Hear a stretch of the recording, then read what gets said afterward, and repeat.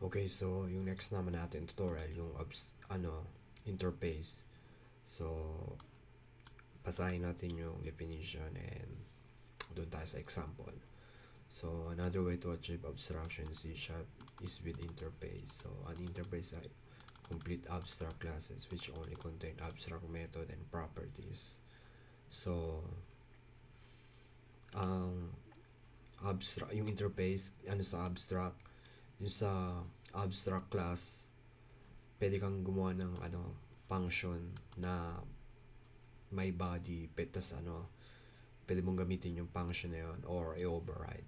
Sa interface naman, 100% na template. So, lahat ng function ay abstract. So, walang body, puro puro interface method. So, i-implement. So,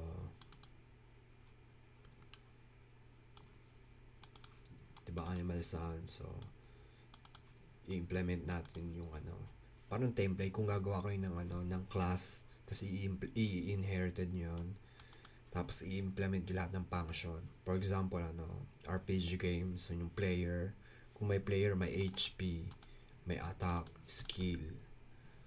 So, gagawa kayo ng class na player na class, lahat yon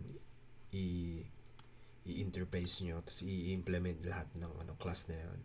So, nakikita nyo na paano gumawa ng object-oriented programming language, di ba? So, ganun yon. Yung class nyo, for example, user na character, lahat ng character may HP, may defense, may attack. So, ganun. So, ayun yung class. So, abstract interface. So,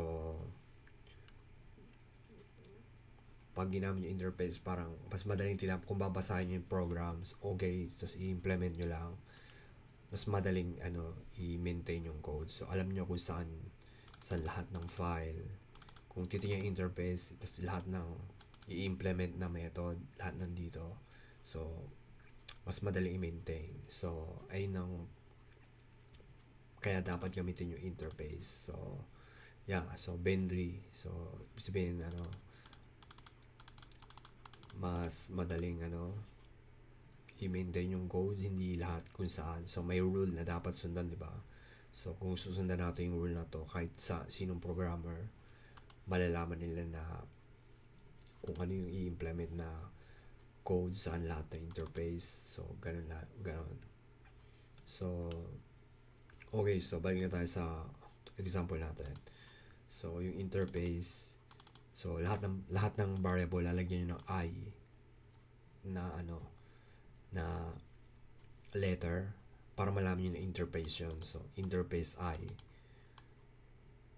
So, ito rule to lahat sa lalagyan lang ng I ng interface. Tapos yung nyo, pangalan ng class nyo. So, lahat ng function ay walang body. So, ayun. Tapos implement. Gagawa kayo ng object. So, ganun din, parehas lang din. Ang tatandaan nyo na sa interface, ang pinagkaiba ng interface pa sa abstract, yung interface, lahat abstract, walang body. So, yung abstract class naman, pwede kang gumawa ng function na may body. So, ayun yung pinagkaiba. Okay, so doon na tayo sa next natin tutorial.